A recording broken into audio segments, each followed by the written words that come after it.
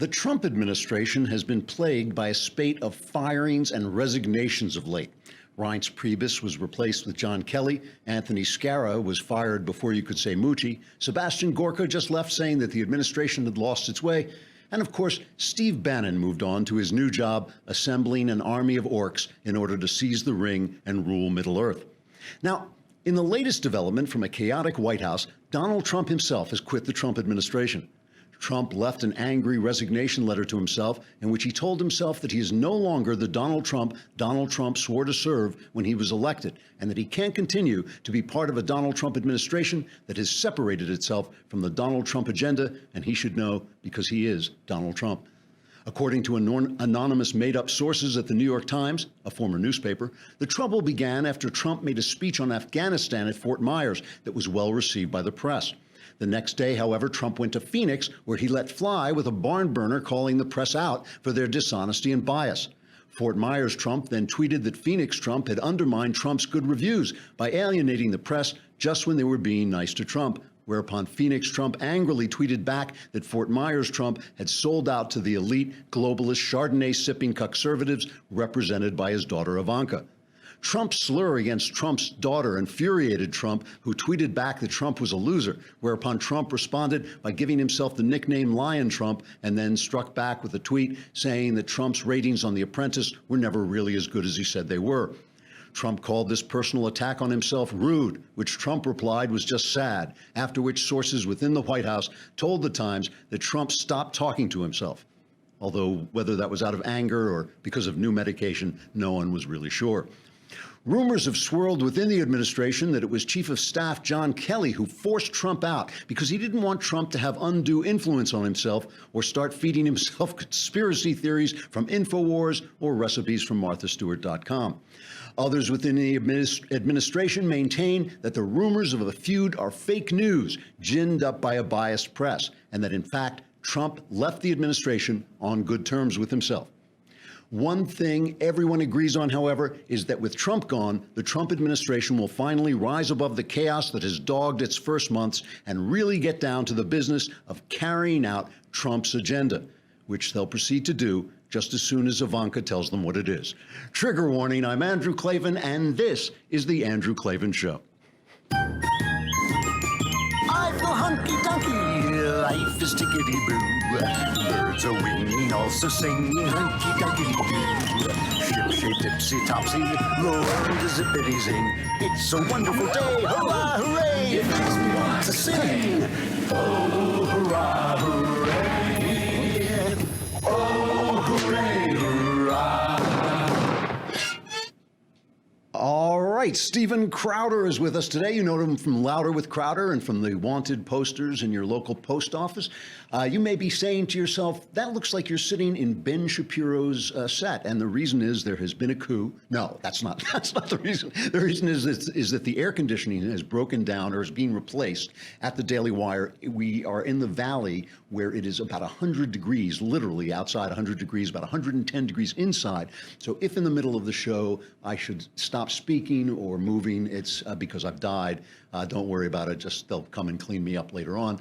But we are going to push through. And what is it? Shapiro's set just stays naturally cool because he's such a frosty guy. I think that's what it is. He just radiates Shapiro's.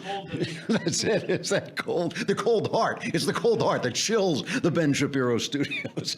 Tomorrow is Mailbag Day. Yes, it's Mailbag Day. That means you can ask any question you want, personal, religious, political, anything you want. We will answer that question, solve all your problems, answers guaranteed, 100% correct, and will change your life on occasion for the better, but you gotta subscribe. You have to be a subscriber. It's a lousy $10 a month. Then we can solve all the problems of your life. And seriously, you press a button on the podcast page, right? On the podcast page, it shows you, press the button, send in your questions. Seriously, we have gotten very good results with our questions. And if you subscribe for a year, it's only a lousy $100 a month. Plus, you get the Leftist Tears tumbler. The best thing about this tumbler, besides the Leftist Tears inside it, is it's not Steven Crowder's crummy little mug that he had made in the mines of Mordor by dwarves or something like that. Anyway, that is what you want to do with that. What I am doing personally, for my birthday, you didn't know this. You didn't get me this. You didn't get me anything for my birthday, actually. I run your show. I'm supposed to be thankful. I don't know. I got a piano. I got a keyboard for my birthday. Do I know? You may ask. Do I know how to play a keyboard? No, is the answer, but I'm going to learn. But I do not have time to go out to some guy and get a lesson, so I'm going to try to do it online, and that's why there is Skillshare. Skillshare is this wonderful site where people can go. It's for professionals who are looking to get a leg up if you want to learn a new skill, but it's also for people who just are into learning new things, like me. I mean, people who just want to move on and keep your mind moving, because if you stop learning, you stop living. Skillshare, it's an online learning community with over 15,000 classes in things like design, business, logo design, social media marketing, street photography, and there's unlimited access to all of this for a low monthly price. You never have to pay per class again. So it's not like, I always hate this on apps when you get involved in them and suddenly they stop and say, oh yeah, you can have an in-app, you can buy more. You don't have to do that. It's one price. It's got all kinds of things: design, photography, marketing, entrepreneurship. So if you're trying to move up in your job or just expand what you do, Skillshare is giving my listeners a month of unlimited access, absolutely free. You go to www.skillshare.com/Andrew. Let me give you that again, www.skillshare.com/Andrew. You can redeem your free month, test out the videos I did, and they really are useful, taught by people who know what they're doing. And like I said, you can watch the entire thing for one price. So we're complaining about the heat here, but of course, things are really going bad in Houston. We're praying for them. We love them. Texas is not just like a great state. They always say the great state. Any state that gets hit by a disaster, we say it's a great state. But Texas is a special state because it has been the representative of all things American during this transitionary period of time when all things American have been under attack. The Obama administration, where he spent all that time apologizing for America, wrong-footing America, saying America was to blame for things, Texas stood tall. And Texas, all the good stuff that happened in the Obama economy, the lowering of unemployment and all that, it was all generated in Texas because Texas didn't do what Obama wanted to do. They didn't follow his policies, and so they keep creating jobs. It's a wonderful place to live. We're so sorry that Houston is struggling. Everything the media does with this, you can watch them looking for a way to blame Trump. How do we blame Trump for this? If he says he's going down there now. I think while we're talking, he is on his way to Corpus Christi. He doesn't want to go to Houston because he doesn't want to divert resources to take care of the president while they need him for the disaster relief. But, it's like, is he going to Katie Tour on MSNBC? Is he going too soon? Remember when Bush didn't go because he didn't want to divert resources? It was like, he doesn't care. Bush doesn't care about black people. So it's whatever they can do, looking for some way to blame. It's climate change. It's all this stuff. They're looking for all these ways to blame things. My least favorite narrative, and I mentioned this yesterday, but it's worth talking about again, is this one where they say it takes a catastrophe to bring us together. See, that's crap. These people who are out there rescuing each other, who are carrying each other to safety, like we keep saying, people of all races, colors and creeds, are out there helping people of all races, colors and creeds. These people weren't enemies yesterday. It's not a disaster that brought them together. It's only a disaster that put them on the news. It's only a disaster that put them on the news because the news is always about the people who are screaming the loudest, especially if they're screaming leftist stuff, and especially if they're, accusing people of racism and all this stuff that really isn't as big a problem off the news as it is on the news. So it's really not that the catastrophe brought people together. It's that the catastrophe put the people as they are, as they so always are, really, as they often are, on the news, and that is really the difference. Meanwhile, what really is interesting, Trump gave a press conference yesterday because he was with the Finnish president, the president of Finland. And of course, Finnish, by the way, is the most complicated language on earth, I think. So I'm not sure anybody knew what the president of Finland was saying, but really, who cares?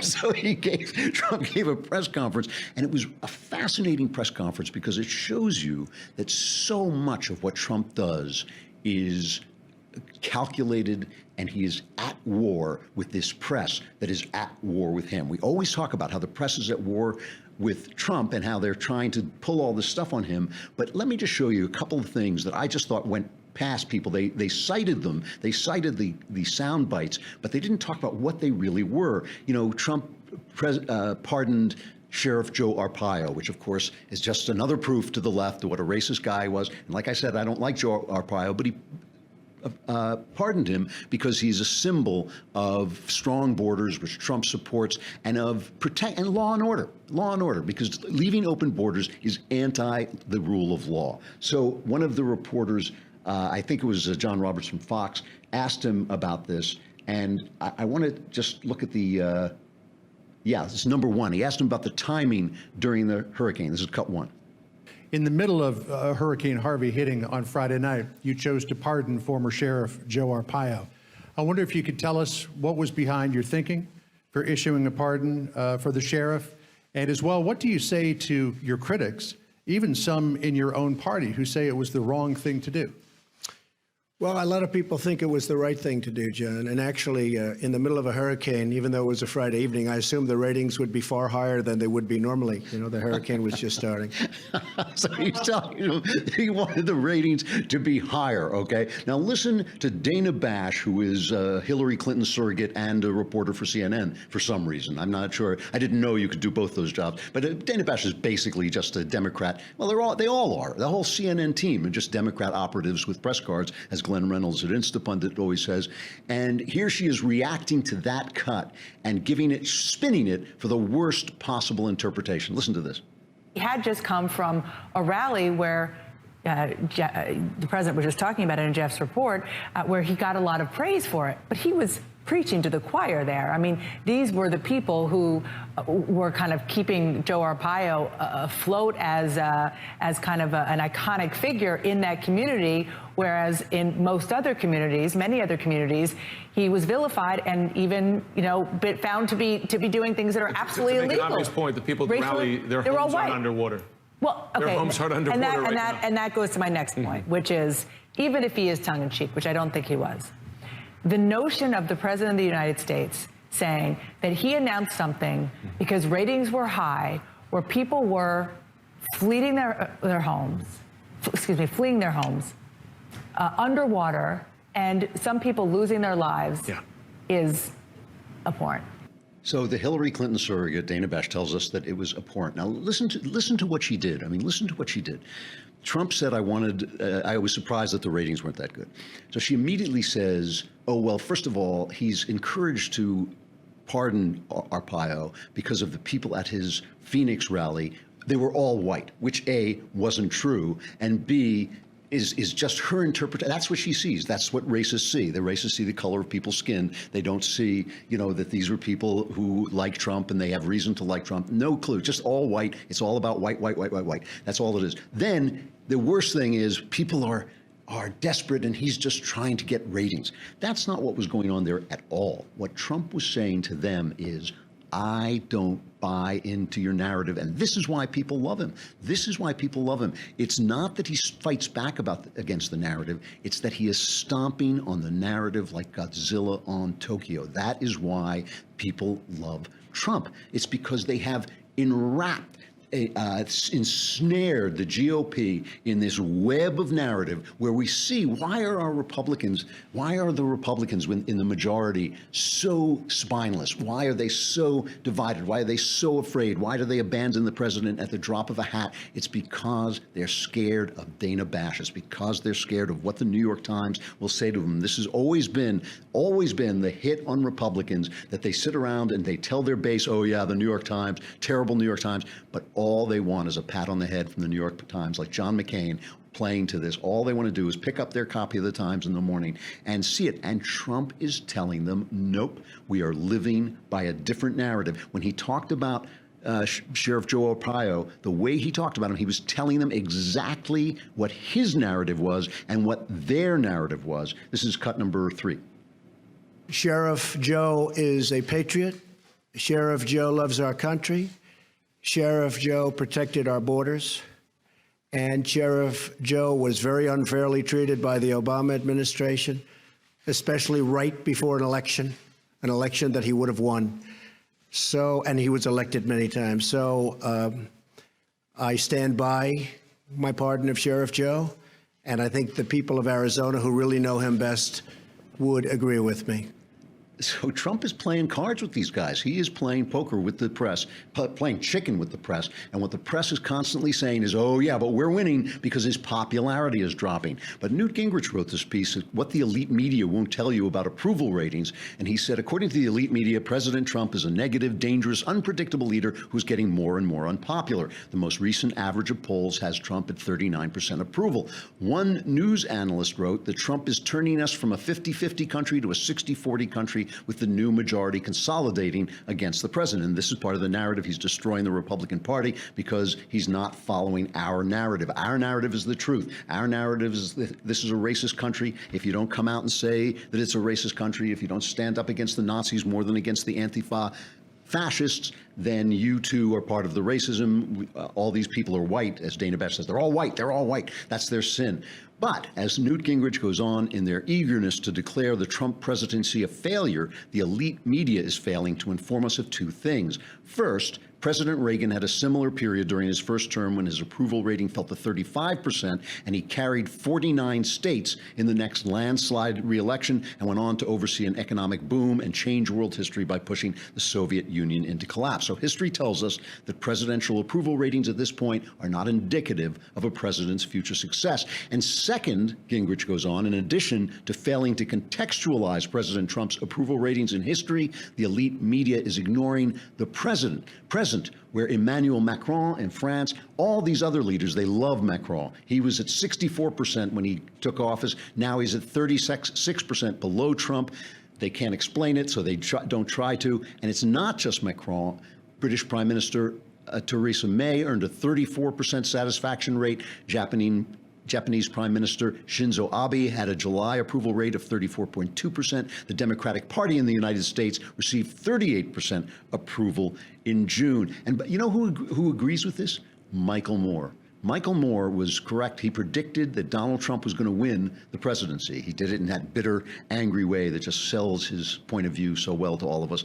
And he says now that he thinks that Trump will do it again. He said, what did he say? He said, he's not going to be reelected. He's going to be reappointed because we will have an even larger population that will vote against him in 2020, but he will win the same electoral votes from the states as they stand now. And we're going to take a closer look at all this with Steven Crowder.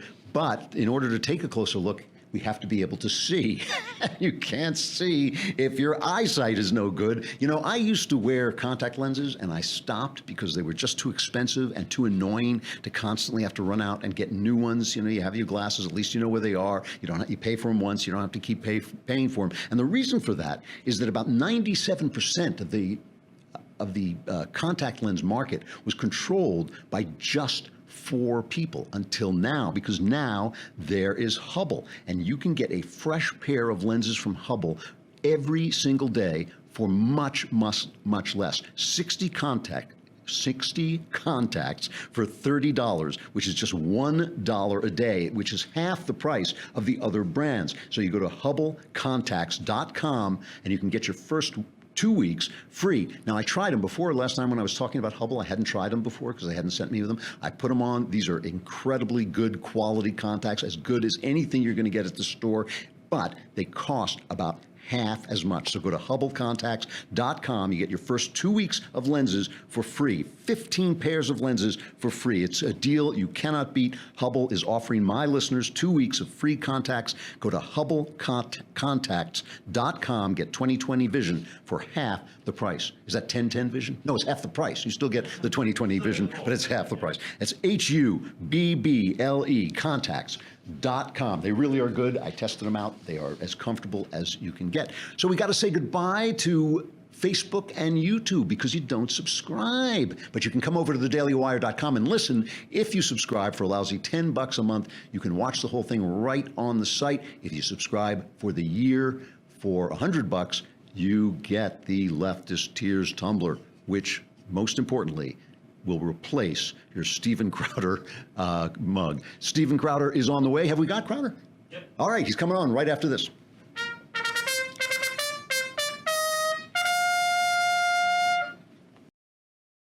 You know, we were talking yesterday with Knowles about the fact that YouTube has kind of opened war on conservative sites. And this is something that Crowder knows a lot about, because Crowder has built his business up from the ground, learning about YouTube and Google and all the different internet, you know, ins and outs, more than any other person I know in the movement. He really did. Maybe Jeremy here, the God King of the Daily Wire, maybe he knows as much about it, but Crowder was really out ahead of the curve.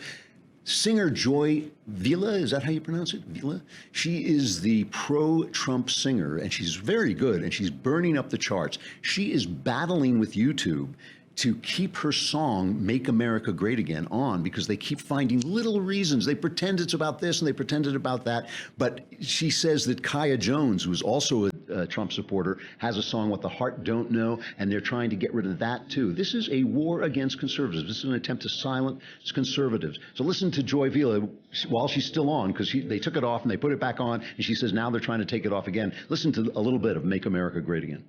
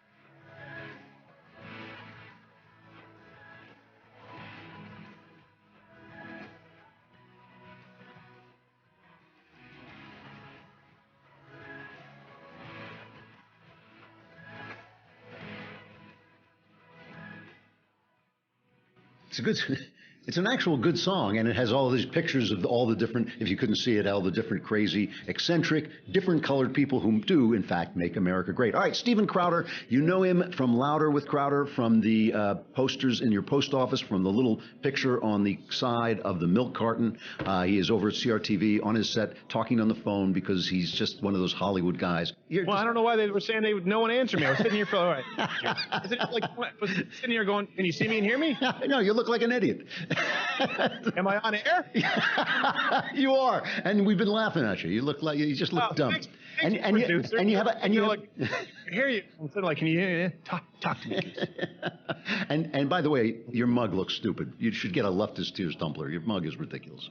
Well, we have one. It didn't withstand the crash test, unfortunately. I'm not a huge fan of asbestos with my coffee, but when I change taste, I'll let you know. I saw you doing that, the Office Space destruction of the leftist tears tumbler. I don't know what you're talking about. I have no idea what you're.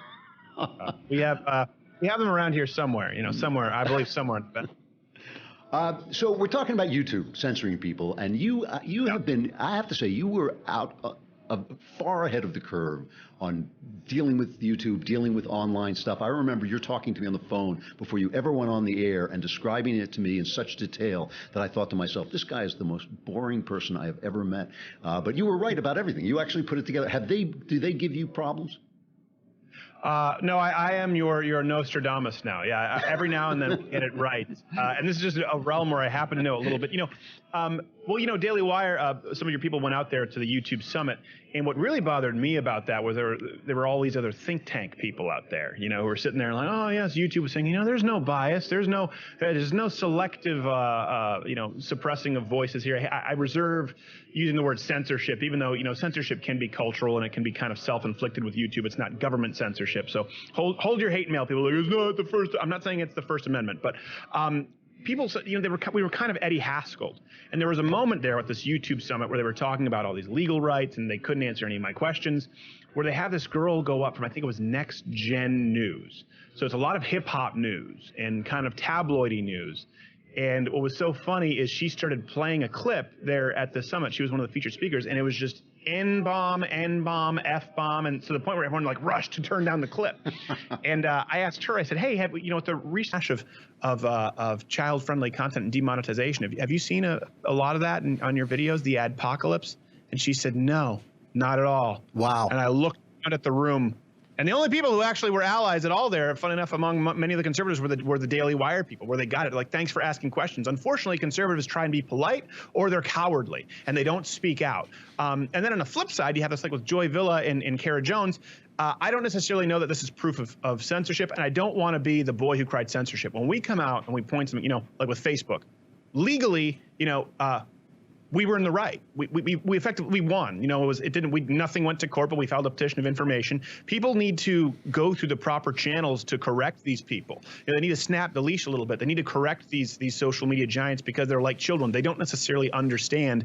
But we don't want to scream censorship when it's not really happening. With Kaya Jones and Joy Villa, it seems like some people who were videotaped didn't want to be in the video. She claims she has releases. Now, we've run into that with YouTube, too. We had to go back and blur faces of people, even though they signed releases to be on video. YouTube doesn't honor the single-party consent state laws because they just don't want people mad. They typically give you a window to blur out the face or to fix the error in a video when that happens. So I need to know more about their... Yeah. She did. She blurred out the faces of the people who didn't want to be in. She blurred out the face of the one person who didn't want to, and then they started to complain that it came back, that she was in it twice or something like that. I mean, the thing is, they do it subtly enough. It's not Jim Crow against conservative. It's more like northern bigotry, where like they just seat you in the wrong place, but they seat you by the men's room, So it's kind of like a little stab overlooking the school. Yeah, no, you're right, and that's the issue. Is really getting down to it, and so we want to be accurate with it, but it is happening at YouTube. For example, Lee Dorn. I think you know Lee Dorn. He's a friend of mine. He did How the World Works. He was one of the first YouTubers, and he hasn't done a video. He just released his first video in a year. And the only reason he was spurred on to do it was because YouTube removed a video of his from a year ago. Now, I went through my channels and I got it back up. So YouTube said it was a mistake. Good on them. I want to give them credit where it's due. They did fix it.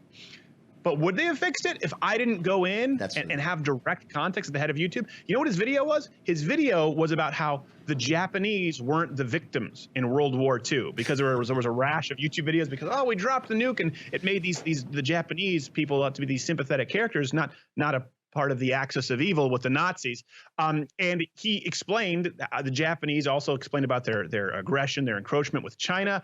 And this video was removed as hate speech. So it was a glitch, but my concern is that they have a lot of glitches with smaller channels. And so I never want to be that guy who says, well, we're unaffected, like a lot of big conservative sites sometimes they'll do that because we're effectively, amongst the biggest conservative YouTube channels out there, and certainly the biggest comedy channel, but I don't want to turn a blind eye to a lot of other mid-sized and small channels who are feeling the brunt of this. So I've always encouraged them to tweet me at S. Crowder if that's happening, and we look into it. They have been selling themselves this narrative for 100 years, well, not for 100 years, but definitely since the 60s, that there's their opinion and then there's hate. There's their way of looking at it, and then everything else is hatred. So it's very easy for them to slip into this idea that anybody who says anything of a conservative. I mean, look at this thing with antifa. Now we got to put the accent on the T. It's on the wrong side. It's on the wrong syllable. Yeah. But it's okay if you get it wrong. They just hit you over the head with a stick. Here they are. They're beating people up. You know Larry O'Connor, right? Yeah, I know Larry O'Connor. He hosts that show in D.C. now. Yeah, he's a really good guy, he's a Breitbart guy. And he wrote this thing today where he was saying the media does not go around when Antifa dress up in masks and they beat people up. It doesn't go around to every Democrat and say, will you disavow? Will you disavow these people the way they do with us? And the Nazis, basically. I mean, they keep coming at us like we have some connection to the Nazis. Don't you find that kind of double standard is going on all the time? Yeah, I think it really sucks. Here's something else. I was reading this today where it said, the LA Times said, Antifa protesters proved to be problem for for left-wing activists. Yeah. And I had this realization because they'll say, listen, everyone disavows right away the white supremacists or white nationalists, whoever it is, mainstream conservatives, right? But they say Antifa proves to be problem for left-wing activists. Okay, this was the headline or the subtext of the headline.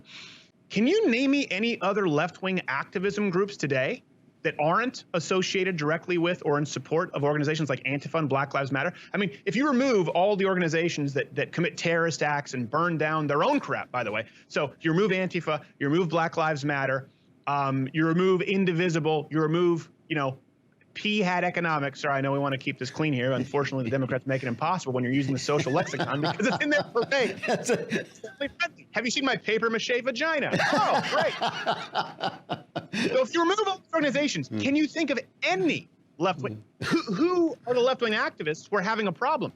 All of the left-wing activists are in support of these organizations. That's the truth. I don't want to tar and feather anyone because of a small, but it is left-wing activism. It's all it is. I mean, even the press. I mean, it is the press. CNN said they're using violence in support of peace. I mean, that's CNN's take on Antifa. You know, thank you very much. I mean, look, you got to look. You are. I hate to admit this, but you are one of the funniest people I know, and you have to look at comedy. Well, that asbestos from the tumblers going to your head.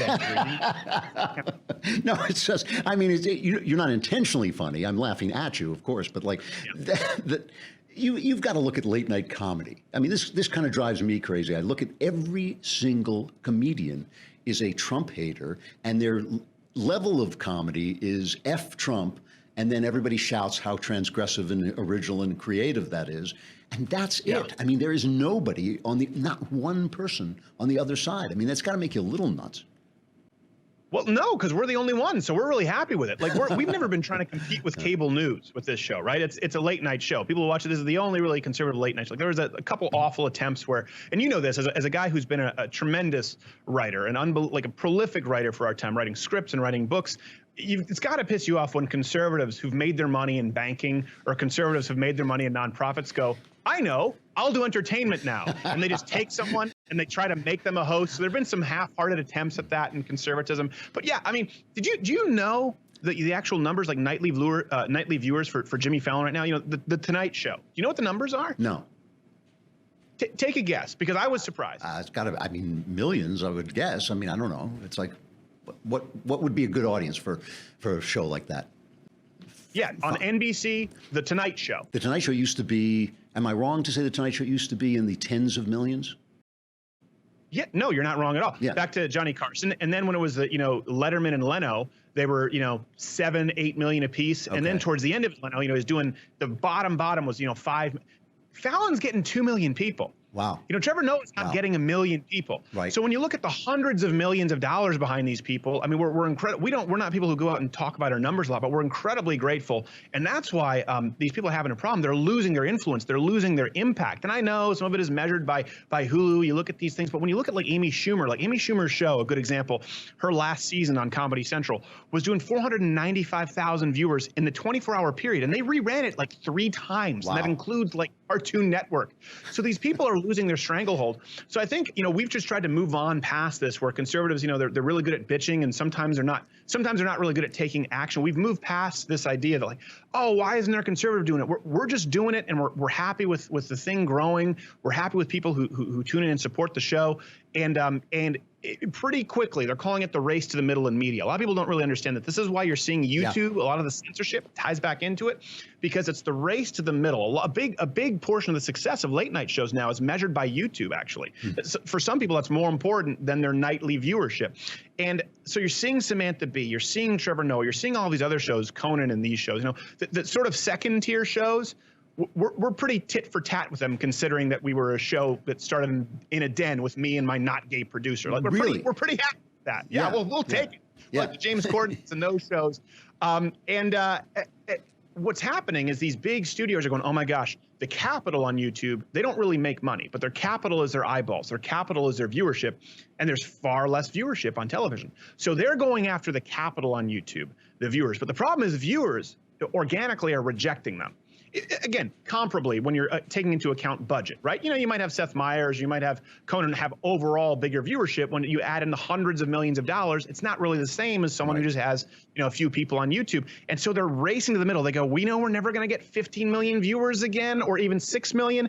And the people who are doing podcasts, who are doing hundreds of thousands, they're getting up well into the millions. And then these late night shows are coming down. And it's that race to the middle. And YouTube is trying to appeal to the people, not necessarily who have the best viewership, who have the best content, but who have the most money. It's really good for YouTube to cozy up to Time Warner. By the way, isn't that funny that John Oliver, people don't talk about this, went after the Sinclair Broadcasting Group about this, about them buying up these local stations? Like, your parent company is Time Warner merging with AT&T. There couldn't be a worse, more satanic leviathan than this conglomerate. It is this unholy conglomeration. I cannot believe totally ignores it. So it's a really exciting time with media. In the sense that conservatives don't just have to complain anymore. They can do it. You guys are doing it. That is, you're absolutely right. And conservatives are a little bit like the Jews. They can't take yes for an answer. And I think sometimes. Whoa. Right podcast. No, I can say this. Head. I can say that because I'm in Shapiro's studio, so I get a pass. All right. Because you went with the Ed Furlong American History X hairdo. So it's about your Hebrew hat. I have to ask you, before I let you go, I have to ask you the all-important question. You are a mixed martial artist, by which I mean that you can actually, I think, in 2 out of 3 falls, you can probably beat your wife in a fight. And what did you think? What did you think of the Mayweather-Magruder match? It went about exactly as I expected. As a matter of fact, tonight we're having a Sacred Cow cookout. We're debunking the myth of Bruce Lee. We're going to get more hate for this. And Bruce Lee, it's a total farce. The guy never fought a day in his life. He was 10 pounds lighter and 2 inches shorter than not gay Jared. Was lucky to squat. Was weak as a kitten. Couldn't fight. Didn't know anything about martial arts and was a compulsive liar. And this new film came out, right? You know, with him and Wong Jack Man. And they're like, 20-minute battle. It was 3 minutes and they were fighting like children and none of the eyewitness accounts were consistent. So yeah, listen, that being said, right now I'm not trained. I have like knees like Mr. Glass from Unbreakable. So I've had a recurring knee problem surgery. Oh, all right. Excuses, yeah. Excuses, yeah. Now, that being said, I'm still pretty sure I could strangle Floyd Mayweather on live television. When I watched, I see Conor McGregor and Floyd Mayweather, and it's boxing. And I didn't expect Conor to do well. I said he has a few tricks up his sleeves. We're actually going to have his coach, Coach Kavanaugh, on the show this week. But it went about exactly as, Floyd Mayweather's a slow starter, and I don't think he planned to lose the rounds. He's always a slow starter to feel it out. I don't think he planned on taking that kidney punch. I don't think he planned on getting worked at all. But he was probably giving more space to Conor than Conor maybe knew, and he was going up. He was depleting his gas tank. And that being said, I watched this fight, and it just makes me realize how dead boxing is. Right before Floyd and Conor, the audience is empty. I'm like, this is a world title match. And the guy pulled up, he's got like 19 belts, and like you got him at McDonald's with a Happy Meal. Hey, because there's like 25 divisions. In the UFC, there's 5. No one watches it anymore. It doesn't mean it. And when the defense, here's one thing I will say. Now people are going to be, well, what are we talking about fighting? One thing I will say, if you watch classic boxing, it's much more similar to Conor's style. Now, why is that? And then people then we'll go. But this is kind of interesting as far as history, because boxing, before they got these big pillow punching gloves, guess what?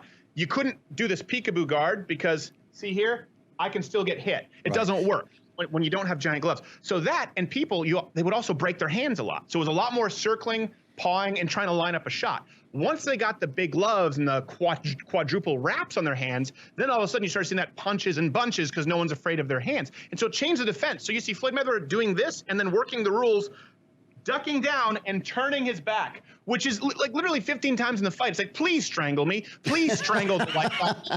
You know, blue belt in jiu-jitsu, it wouldn't even be close. So listen, Floyd Mayweather is probably the best defensive boxer that has ever lived.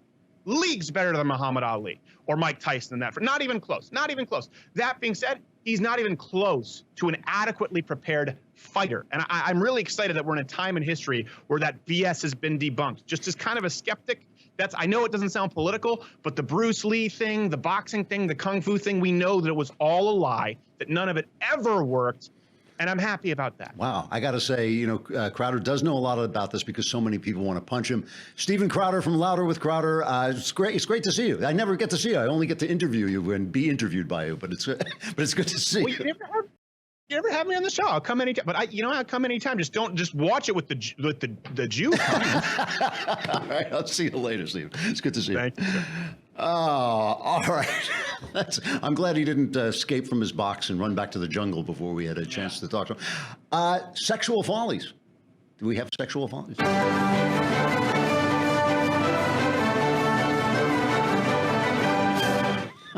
I don't even want to do the spots anymore. I just want to have the opening and the close.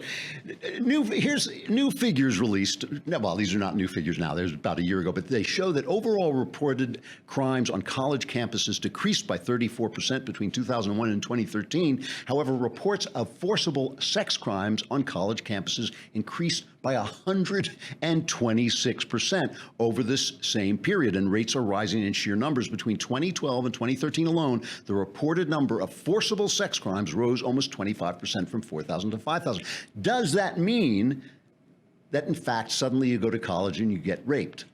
I do not believe this is. Something happened in those years, in that year, especially in 2012, that really changed everything. And what it was what is called a Dear Colleague letter from the Obama administration, from an office in a federal agency, the federal agency charged with enforcing the federal anti-discrimination statutes like Title IX, right? Title IX was basically the statute that forbid discrimination on the basis of sex, and it was basically put in there to make sure that girls got enough sports events. That was its main use. Barack Obama reinterpreted this to include sexual harassment and sexual attacks, and encouraged, that's not fair to say, demanded essentially that any college, any university which took federal funds, and that includes universities where people get federal loans, so it's like basically almost every university. I mean, Hillsdale, I think Hillsdale College is one of the very, very few that doesn't accept it, but everybody else, they told them, you had better bring these people, when a woman makes a charge against a man, you hold the tribunal, and you should accept the preponderance of evidence. That means if it seems likely that this guy did it, you convict him, and both the defendant and the accused have the right to appeal. So that means if you're cleared, the person, you can be tried again. So all of due process was thrown out the window, and suddenly we have this absolute monstrous thing of men on campus who can be accused by any girl who doesn't like what happened last night, or any girl who just doesn't like him, or anybody else, and they are now put before this kangaroo court. Because, of course, rape is a horrible, horrible crime. It should be investigated by the police so that due process is out there. But what has really happened? I mean, there are stories now where a third person, there's a story about an athlete, what was her name? She was an athlete who went out with an athlete, and she here it is. I'll get it right now. It is Matt Bormeister was the guy. He was a former USC football kicker, and Zoe Katz, who was the tennis player, and they were wrestling with each other. They were clowning around, having some horseplay, and somebody reported this as rape, and they just began to torment her because she was defending her boyfriend, saying the guy has always treated me great. We were horsing around, and some other bitter, person phoned this in, and now now Zoe is the villain, is being treated like a villain because she won't do it.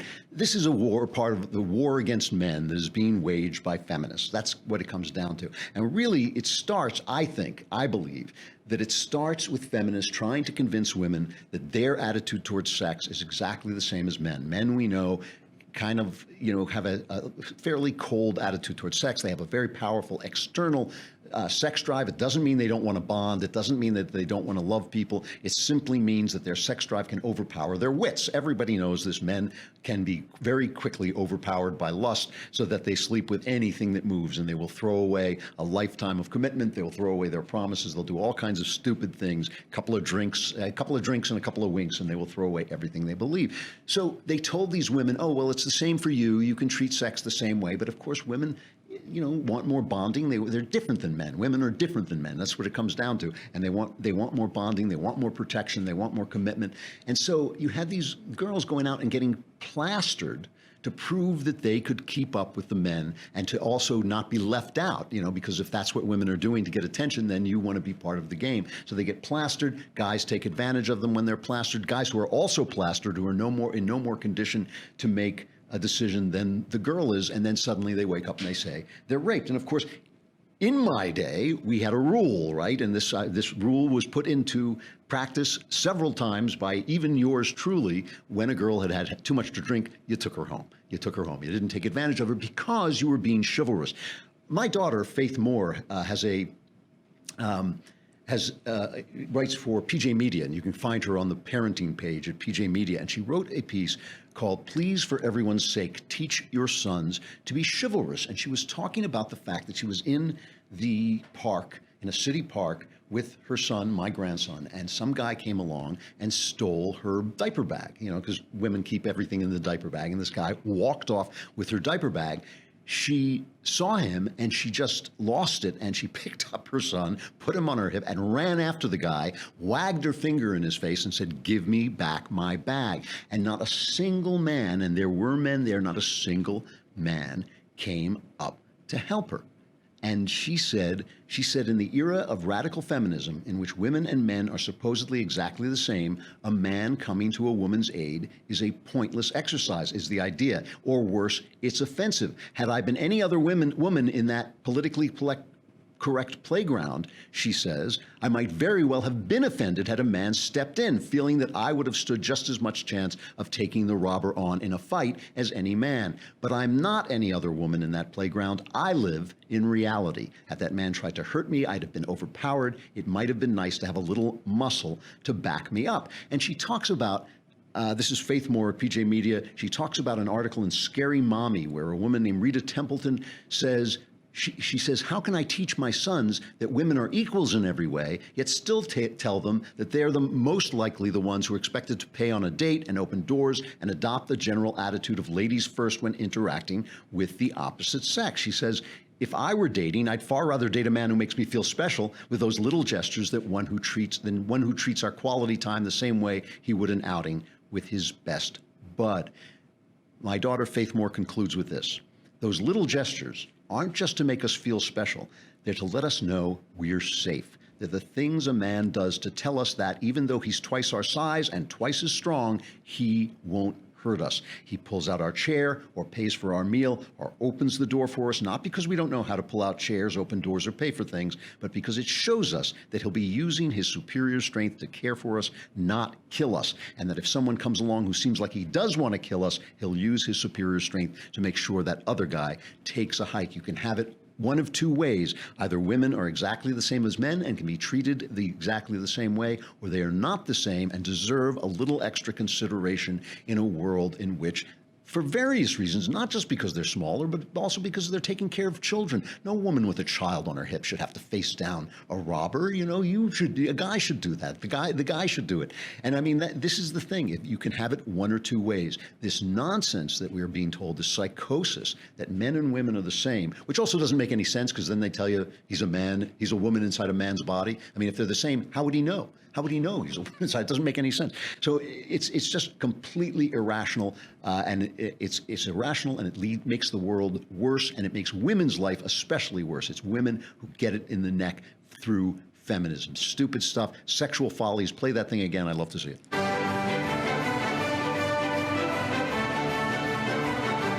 All right. I'm Andrew Klavan. This is the Andrew Klavan Show. I hope tomorrow we will have air conditioning, but we will, whether we have air conditioning or not, we will have the mailbag. So get your questions in if you're a subscriber. We will answer them all. Answers guaranteed 100% correct. See you then.